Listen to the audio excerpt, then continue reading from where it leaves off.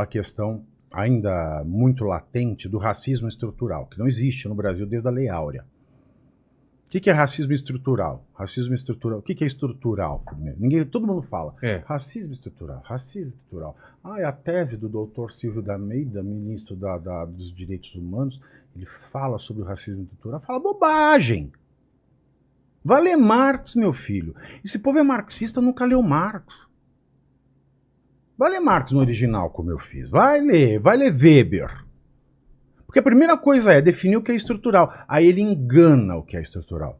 Existem duas questões básicas dentro do pensamento da sociologia marxista e também da weberiana, que é a questão do estruturante e do estruturado. O estruturante é o quê? O estruturante é aquilo, é um pensamento que existe em uma determinada época. Por exemplo, lembra que eu estava contando para você do meu pai que punha garrafa PET com água para ver se gastava, o relógio marcava menos energia?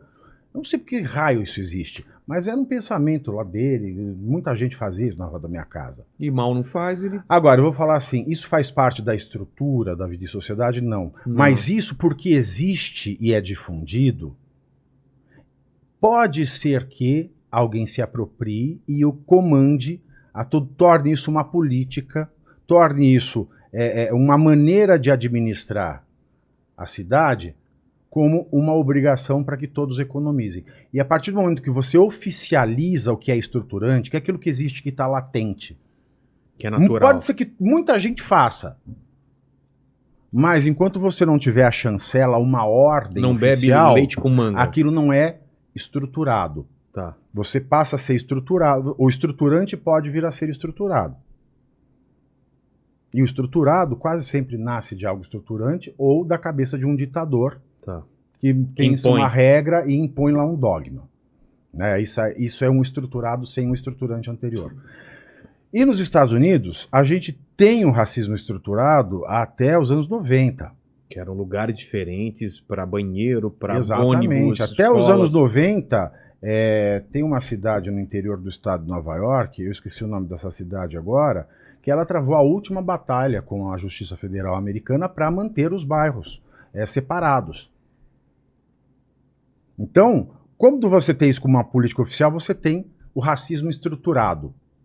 E aí você faz, mas ele não fala... a língua inglesa ela é mais pobre do que as línguas latinas. Então você usa lá o structural, o racismo estrutural, aí você faz a tradução direta, racismo estrutural, quando na verdade o que lá existe é o racismo estruturado. Então aí você vende, o racismo estrutural brasileiro. Não, a gente pode ter um racismo estruturante, mas no Brasil não existe racismo estruturado ou estrutural desde a abolição da escravatura. E aí você começa a fazer essas questões falsas, aí você...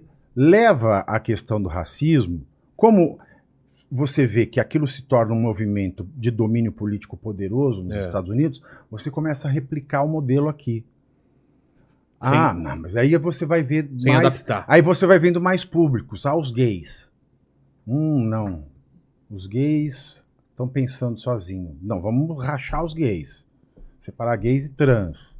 Mas vamos falar trans, que é aquele que muda de sexo. E é homossexual, que é aquele que muda de sexo e é heterossexual. E aí você começa a fazer esses escaninhos para praticar essa estrutura de dominação, como se existe uma estrutura da sociedade que os impede de serem felizes e de terem dignidade, quando não é nada disso. O que falta na sociedade é as pessoas compreenderem o valor divino de cada um. A necessidade, a imperiosidade de que todo mundo deve ser livre. E ser livre é ser fora do armário, como eu escrevo aqui. E ser fora do armário, não só na questão sexual, é na questão de gosto musical, de gastronomia, etc, etc, etc, etc.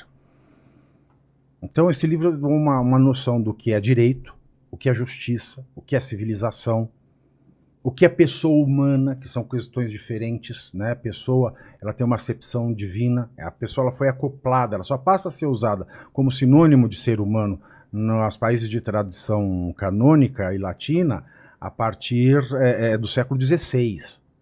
Até 1500 e pouco, ninguém usava a persona para se referir ao ser humano? Era o quê?